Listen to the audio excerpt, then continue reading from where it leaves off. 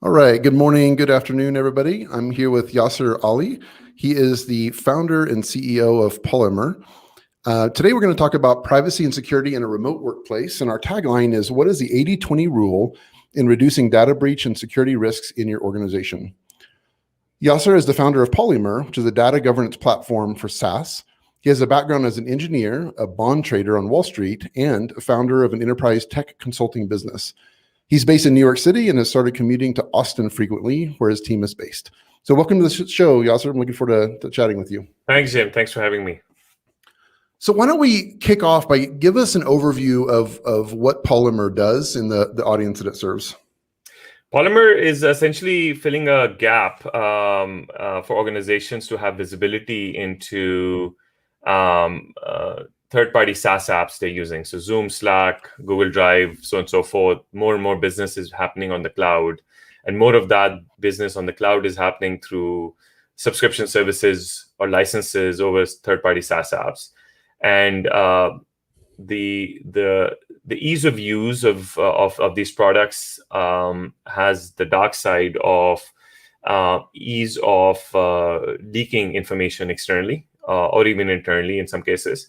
And Polymer essentially is your virtual compliance officer over these platforms, monitoring and removing, alerting, policing unsafe data sharing practices or risks of data exfiltration, especially sensitive customer data, patient data. Okay. So who are your what types of clients are you pursuing? So we have healthcare, fintechs. Those are our two main categories, but we're seeing more and more demand from other verticals such as retail and customer service, just because it's becoming a very relevant topic in today's era in terms of not only the old world used to be, if you're part of an organization, there's democracy in terms of what you can access within the organization in terms of data, customer data, patient data.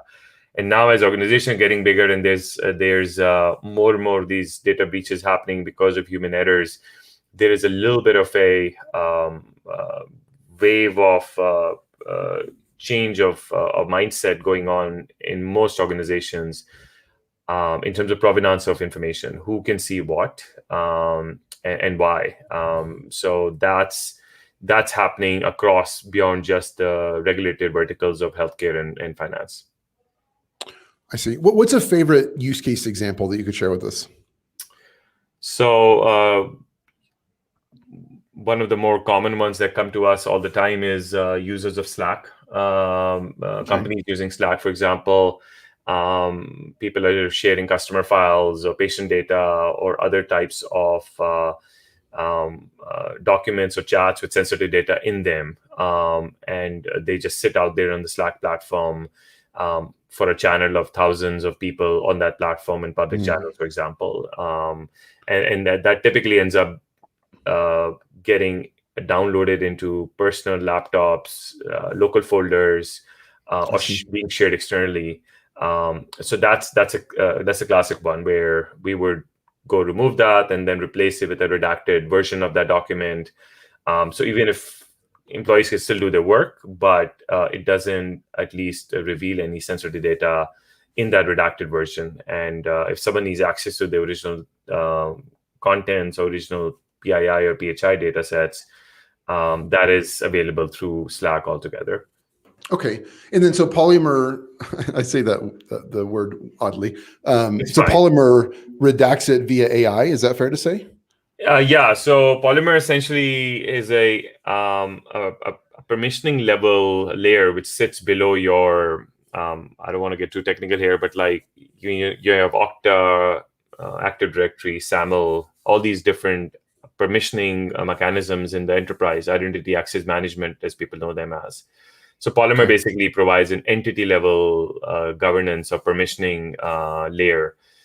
So you and I can be looking at a document. You might be able to see the document plus the contents of name and address.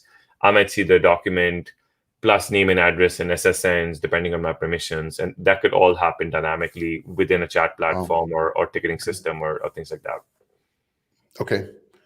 Let's move to the genesis of Polymer and how you got kicked off. I know it was not quite 2 years ago, and you mentioned offline that you went through an accelerator. So I'd love for you to talk more about that process, and especially going through that in the COVID world.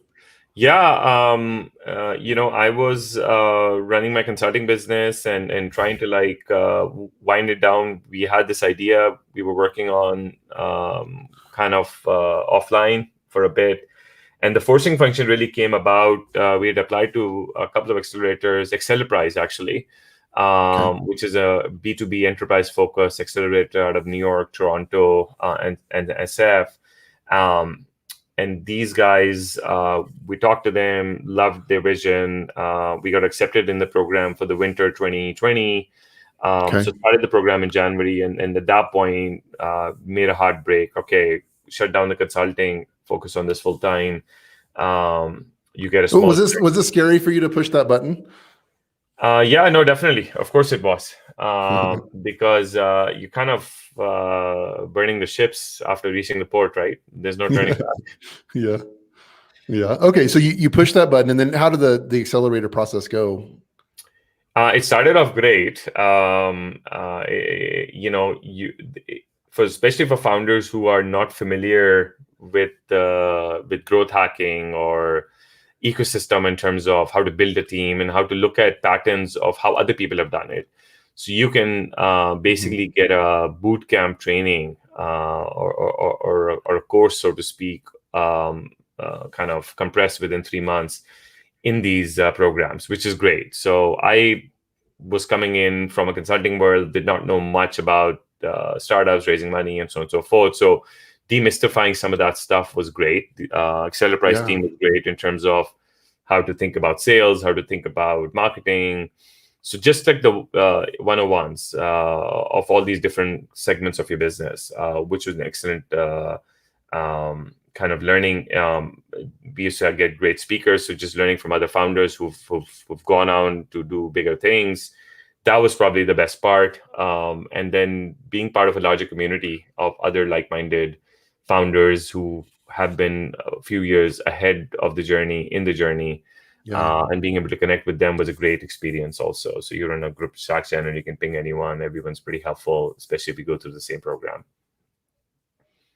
And then I guess the second part of that was March hit, COVID hit. So halfway in the program, we kind of had to go home. So it was a little bit of nerve-wracking in a way that, a month and a half from then was demo day, which is kind of where you kind of go out. That's a beauty pageant to go out with potential investors.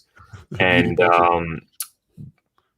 we kind of sitting at home trying to make the best of it. 2 weeks lost just based on all the noise going on with lockdowns and so on and so forth. So, but I think everyone in our cohort, for the most part, 9 out of 10 companies out of the New York cohort at least were able to raise money. So everyone in the end made do. So I mean, we had a great cohort. So it was in the end, I would say, a great experience.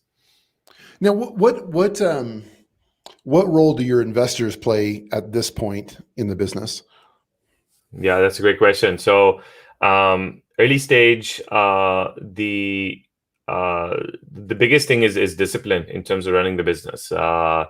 So even if you're not talking to them on a day-to-day basis, or you might see them every 6 weeks in a board meeting or every 3 months in a board meeting, it's a great checkpoint in terms of doing your business sprints in those time intervals whenever you're going to see the board next. So we did a price round. Some people go about the convertible or safe round. So that's a little different, where it's a little bit more relaxed in terms of your discipline.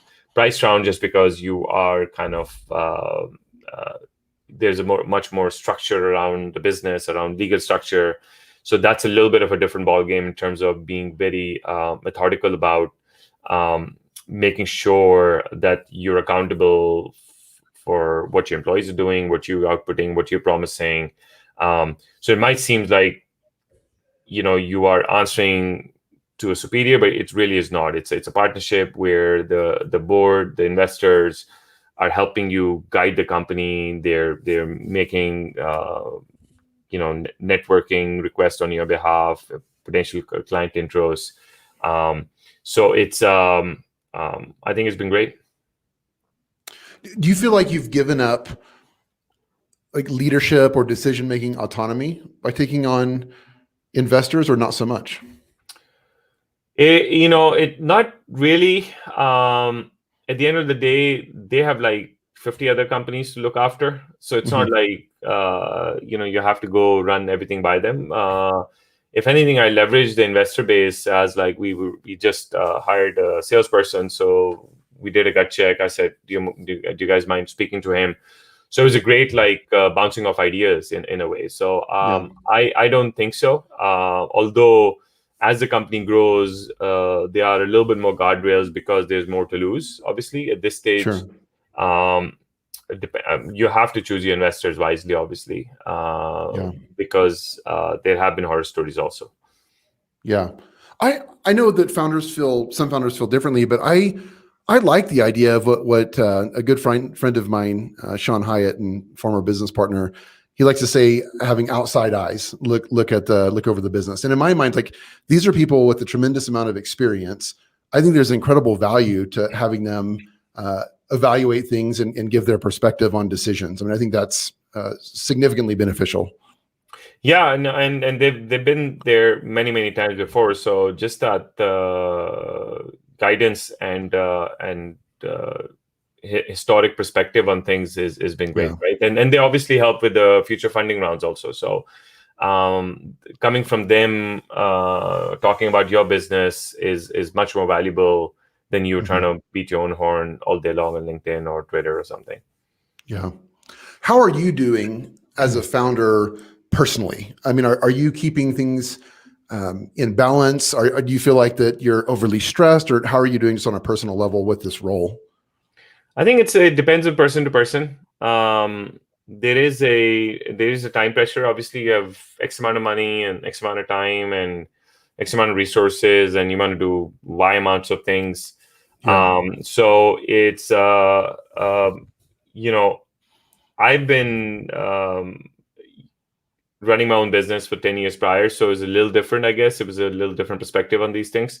You kind of get used to the chaos on a daily basis. But it just depends. I think it's a personal thing. Some people take it a little bit differently than others. So it's every day is just like you wake up to something new. So it's up and down all day long. Do you feel like that you have the ability to divorce yourself from the results of your actions? In other words, where you can know in your heart, like, hey, I did my very best. I gave it my all. And even if something doesn't work out the way you had hoped, that you can separate yourself from those results? Probably not really. I mean, you try to, you say, but you don't. Like the best you can do is like maybe go for a run or just work out or something, just to forget it and just like get up the next day and start all over again. So it's just nature of the beast. So you have to have a thick skin. That's a given. But I think if you get to a stage where you've done a funding round, you kind of at least majority of the people. Obviously, there are some like repeat founders who can like drop a hat and money gets raised. So you kind of go through the rejection process anyways. So that's a boot camp, so to speak, of being ready to face the business. But yeah, no, you take everything personally. That's a given. Yeah. I wish I could cite the source, but I want to bring up an article that I read not too long ago. And it was an organization had done fairly extensive research into the average age of successful founders. And I think there's this misconception that most founders are young, and certainly a lot are, but they actually found that the founders that had the greatest success were in their 40s. And I can see from your LinkedIn that you're about 5 years older than me. So that puts you a little over 40, a little past 40. So thanks, Jim. It's on your LinkedIn. It's right there. But it's a compliment. It's a good thing because you have the evolution of wisdom, right? Like, do you feel that way? Like if Yasir of yesteryear, of 10, 15 years ago, was running this company, would you do as well as you're doing now? Like, that's a difficult question. Definitely, you feel like areas you definitely take a slightly longer view on things. So you're not as ruffled because you've seen the patterns before. So that's all there. And I take my 10 years of consulting experience to be learning from the grounds up. I was a bond trader like before this, like on Wall Street. I used to trade bonds on Excel sheet all day long. So I had no idea about running a business. So when I was starting my consulting business, it was a brand new thing, how to manage cash flows and clients and smoothing out the cash flows and hiring and firing and customer acquisition and success. So so obviously those experiences in those years helped shape me up for what I'm doing now. If I was doing this 10 years ago, maybe something different, but like doing something more entrepreneur product focused, maybe. Who knows? There could have been a benefit of doing it earlier. Like I could have done crazy gambles, which could have worked out or not, and then you were too young to worry about them. So it's a pro and con. So people could be on both sides of the divide on that. Yeah, one of the things you just mentioned, what I really think is key, to explaining the success of older founders, and that is the long-term mentality. Right, that longer term approach. And how do you balance that? Like you just told me that there's pressure that you have. There's it seems like a finite amount of time that you have from your investors that you need to hit these certain milestones. Like how do you balance that pressure with what you just shared in terms of wanting to think long term? So you are constantly collecting operational debt, business debt, technical debt every day. That's just a fact. And you're trying to solve for short term while putting kind of coals in the fire for the slightly longer medium term and longer term, right? So at this stage, you cannot control the long term too much. So you have to be fairly tactical in terms of looking at, okay, what can I do today or next week or in the next month or next 2 months or next 3 months, for example, to the next board meeting. Mm-hmm.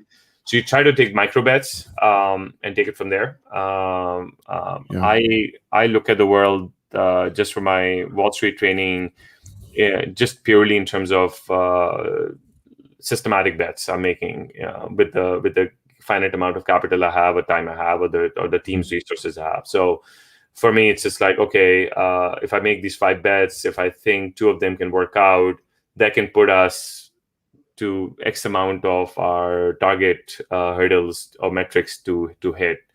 And you have to be kind of honest to yourself intellectually. Like part of it is luck also, right? Like, so it all depends. Yeah.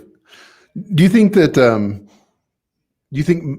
most successful founders undervalue or underappreciate luck or good fortune as an ingredient to their success? Absolutely, completely, no doubt. I think that's something you get out of wisdom from age. Just like there's so many close calls where things could have worked this way or the other, but in your career, in your life, I guess, where you realize the amount of impact luck has on anyone's life or career, for sure. Yeah. It reminds me in my previous career, I would evaluate different businesses. I was in operations in a private equity firm, and we would buy mostly SaaS assets, but also some content sites. And there was this guy that had created a chicken coop content site. So think like articles on how to grow chickens in your backyard and how to build a coop and all these different things. And that sucker was worth well over $1 million. I mean, it was doing very well. And he was selling it because he wanted to use the funds from the sell to hire a larger team to continue producing content sites. But the thing is, he had bought this site and made some small improvements. But there was this assumption, now I hope he's right, but there was this assumption that, I've mastered this thing. I've figured this out. I'm going to sell this sucker, build a huge team, and I'm going to replicate my success 10 times over. It's like, I don't know. Like, I hope you do. Good for you. But like, I don't think it's fair to assume that just because we've been successful one time that we can repeat that. Well, I think at a personal level, though, it's a little bit different, right? Like you've done it, you feel like you've learned some things, and you want to take those bets at a bigger scale. So more power to him. Indeed. But I was referring more so around the fact of there's a in the book Thinking Fast and Slow, Daniel Kahneman Mm. and Amos Tversky basically they talk about this like a hindsight bias. You recreate a story to fit the eventual outcome as of today. So that creates a narrative where it fits the current framework, but it didn't quite exactly go down the way you're saying it right now. So, and obviously there's a success bias with the survivors who get to tell their tale. So it's skewed, so to speak. Yeah, that's fair. It's like we have a viewer question here, and that is, what would be your main message or advice as a founder to younger tech entrepreneurs that are convinced that they will make it simply by trying to build the next or better Facebook? More power to them. I mean, there will be next Facebook. So I mean, good for them, right? Like Yeah. die trying and learn 10 things which you can apply to something else afterwards. So that's I guess that's a luxury you have of being young. You have time on your hand to fail and try again. Yeah, well, and you have that accumulation of experience, regardless of the outcome. Exactly. No, it's huge. Yeah. So let me ask you this. I asked you earlier offline about your son, and you lit up like a Christmas tree. So I have a question for you. So your son, let's say he gets to be 18 years old, and he comes to you and says, "Dad, I'm trying to decide if I'm going to go to college or if I'm going to start this business to be the next Zuckerberg or whatever." What would you say to him? Would you encourage college, or would you encourage him to start that business? I mean, if he wants to take a break from college, go for it. I'm pretty like laissez-faire approach in these matters. Like I'm pretty easy in terms of every individual needs to make their own decisions. So if he decides to do whatever he wants to do, we'll support him. He needs to finish college at some point. As long as he does that, I think we're all good. Yeah. So would you be? So it sounds like that you value education. Like it's important for him to have an education at some point. Is that what you're saying? I think education is important. It's one of those like checkbox you need on the resume, and I don't think that's changing anytime soon. So, and you learn a lot, right? The liberal arts education I got at Denison was huge. Even today, my sociology minor, my obviously my computer science major, but like sociology minor is great in terms of how I interact with people, how I write. That learning is huge. I could have done it in 2 years rather than like 3.5 or 4 years, but like you can have a little bit of fun also, I guess. Let's use that as a segue into going into people skills. I mean, I see that you have a computer science degree and you have a fairly technical background, it looks like, but you're also obviously a great communicator and it seems like you're good with people. Like, how would you rate those skills, especially for founders?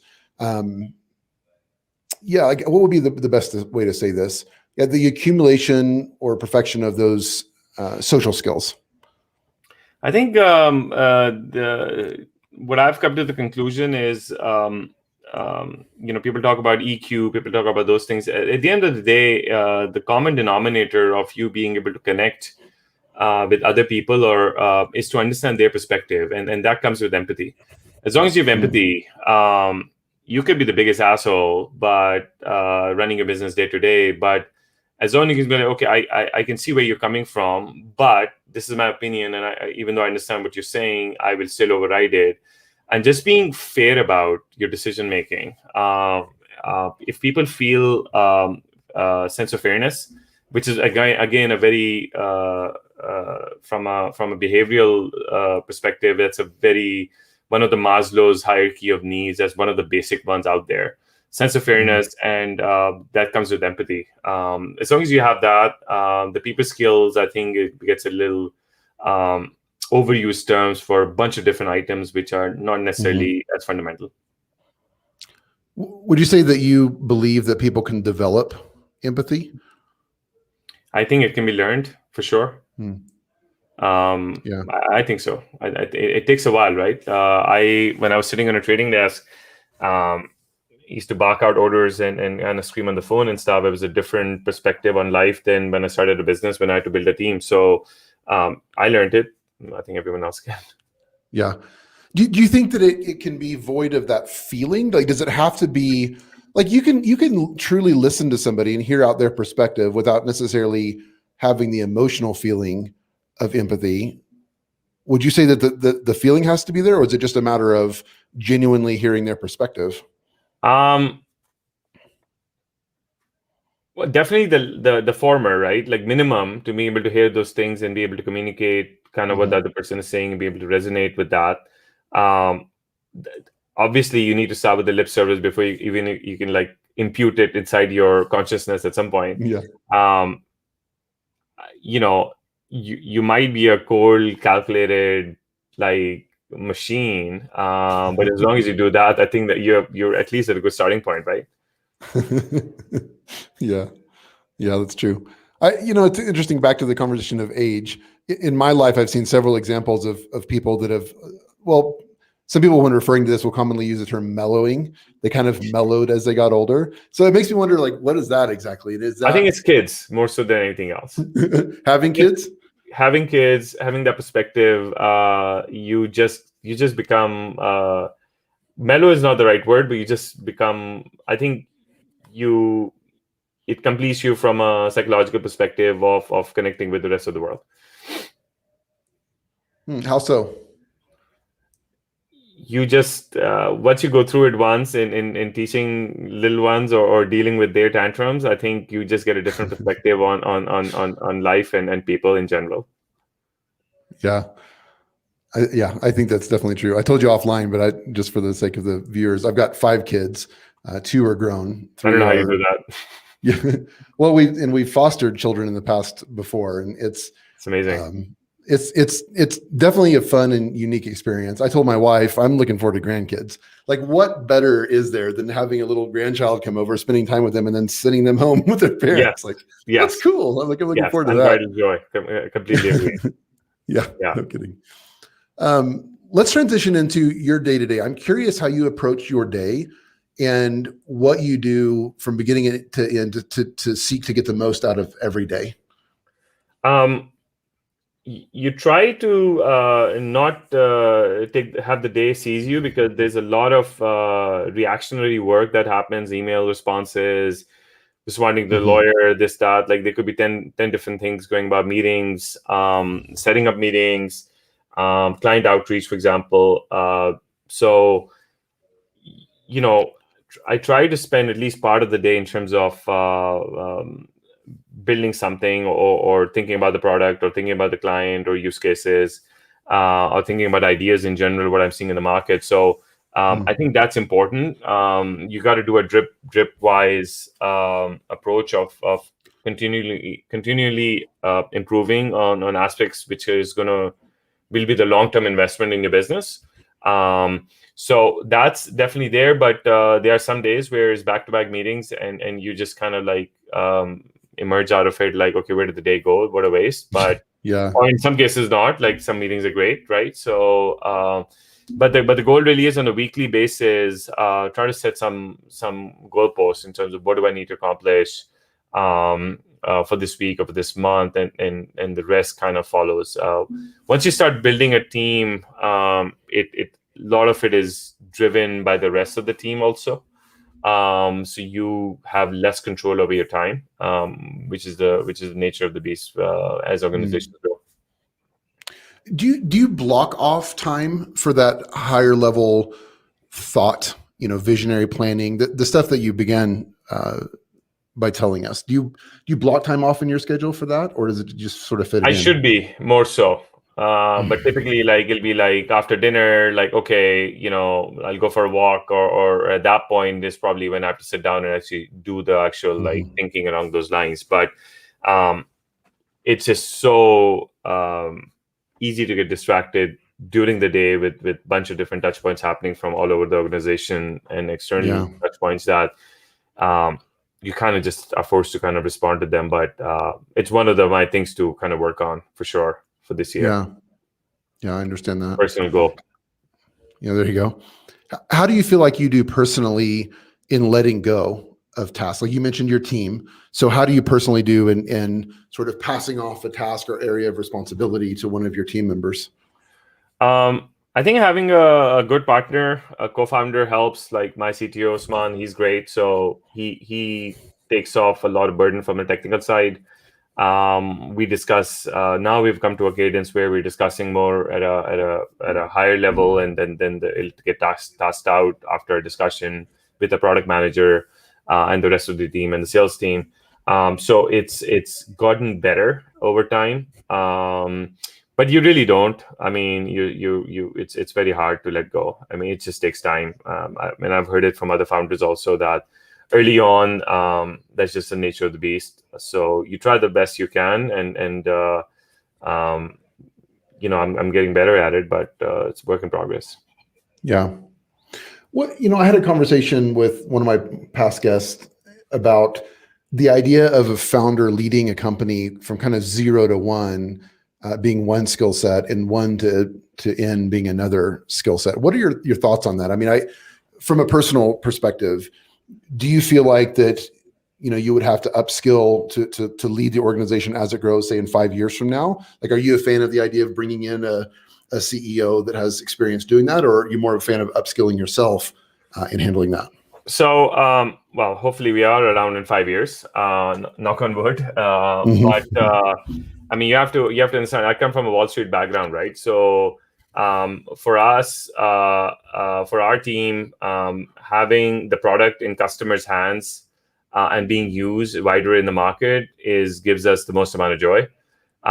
So if someone else can do this job better than me, I'm happy to pass the baton. Like there's no ego issues here. It's a business. We have to treat it like a business, especially since we took external money. It's more about doing what's right for the business. And it's just like at the end of the day, you have to weigh it against risks and opportunity. Yeah. How do you feel like you'll make that decision when the time comes? I mean, I imagine that's not an easy decision to make, right? I'm not too worried about it. It's like any other kind of decision in terms of you just kind of do the pros, cons, risks, opportunities. How can it help the business, or someone else stepping down, or me stepping down, or whatever coming in within the company. I don't think it's that big of a business, big of a problem when the time comes. Yeah. Let's transition to talking about remote work. It sounds like your team is based mostly in Austin, and then you're in New York City, right? So is the team remote in Austin, or is there an office that they go to? So we have a team. We have a small team in Austin. Then we have remote developers in Bay Area. We have We have a team, an offshore team in Pakistan also. These are guys, both me and Usman, I worked with for like 5 years, 3 to 5 years on average. So we are hiring in our Lahore office. We are hiring in Austin. We might start hiring in New York next year, but not right now. And it's fine. I think engineering in general, it's mostly engineering right now. So engineers in general, I feel are okay. And then we do try to co-locate 2 or 3 bodies at the same time. In our Lahore office, it's an office of 10 people. So, but in Austin, everyone's kind of on their own a little bit. We are looking to get back in the office sooner than later. It just makes productivity so much faster. Yeah, agreed. How do you feel like you guys are doing in terms of cultivating a positive culture in a remote environment? So daily conversations, morning check-ins. I try to do a weekly minimum state of affairs with the company. More touch point with more people. I think it's just communication. So that is usually the best antidote for these things. We are small enough where we can do that. As we grow, I don't know how that evolves, but I'm sure it becomes a bigger chasm. I've heard it's a bigger challenge beyond 20 people, 25. And then after that, it's at 100, 120 people. So there's a few of these chasms you have to cross as you grow. We'll just figure it out when it comes. Yeah. I'm curious to see how some of these really large, 1,000+ people organizations that were previously in office, and then thanks to COVID, they went remote. I'm curious to see how that plays out longer term. What this is going to look like in a few years' time, if they're going to continue being remote or if they're going to go back in office. It'll be interesting to collect the data from that experience. Yeah, it's going to be hybrid most likely. Like, I mean, in the consulting days, I used to see like Fridays off, people working from home on Fridays. So the trend was already there. It was happening slowly. It's just kind of come into force now or become norm now. But we'll probably have some sort of hybrid setup, I feel. I mean, what I hear from just podcasts and then other people talking about it in general, if you're not in the office, you're not near the center of power, that could be a detriment for your career. So for some people, that's a FOMO too hard to miss. So they want to be there near the centers of power. The management is going to be in. And for the others, it might not make a difference. So they'll just work from home. So it might be, I think it'll just settle in depending on your needs and your aspirations. Yeah. I'm curious what advice you would give yourself from a founder perspective, or to benefit founders. What advice would you give to your younger self, say 10 years ago, for example? Understand the what the customer wants, and ideally have customers before you even build the product. I mean, that's the majority of the founders I meet, early stage especially, look at the world like, I have this great idea and I'll build and people will come. It just doesn't, mostly it never works. So having some idea in terms of what the market needs, by testing with real customers, having real customers signed up in data, I feel that's, at least from a B2B perspective or a SaaS perspective, that's table stakes right now. So it's just a matter of building out an MVP and testing that with a smaller segment of customers, or how would you go about that? Could be one way of doing it for sure. Yeah. You just do not have enough answers, even if you have, like, I did 10 years of consulting in various areas, and I thought I had all the answers in terms of where the shortfalls were in variety of workflows within enterprises. But until you start talking to customers, you really have no idea. So your knowledge is just going to be limited. Just accept that as a fact and just strive to learn more. Yeah, that makes sense. Well, Yasir, I think we should probably land this plane. You've been really gracious with your time, and I appreciate it. It looks like actually we just got one more question. So let's field that viewer question, and then we'll finish up. Sure. Carlos says, in the day of remote work, what would you say to old school type companies, regardless of the space or vertical, that still apply the principles of mechanical work from an industrial era? So, not quite sure I followed the question. I think he's referring to companies that have kind of an old school methodology in the way that they run their business. I don't know if you can riff off of that. So like system of command, the bureaucracy, the waterfall, software development kind of life cycle. Yeah, I don't know what the alternative is, right? Like, in terms of you are large companies in general, as a manager, your job is to reduce risk to your career and reduce risk to a moat a company has already kind of developed. Why risk a golden goose laying eggs, even if it's a 8PE business and like a low multiple business? That is just the mentality at a management level, right? So new people coming in, they're trying to find their feet. Early graduates, people in their mid-20s, developers, for example, product guys or finance people. they don't know any better. They're just trying to figure out what's good, what's not. And people who want to take the bigger risk, who want to get out of this industrial old school type structures, now there's a lot of opportunities to do that with startups and late stage startups. And just like smaller companies, much more nimble, and it's much easier to find those opportunities now than ever before. While others will try to go through the corporate ladder of try to like get the bonus and base increased on a yearly basis. So I don't see that changing anytime soon. It's just the nature of the beast, and that's where the opportunity is for people like us, I guess, in terms of building disruptive products. Yeah, completely. Well, Yasir, you've been really gracious with your time. I appreciate it. Where's the best way for people to find you?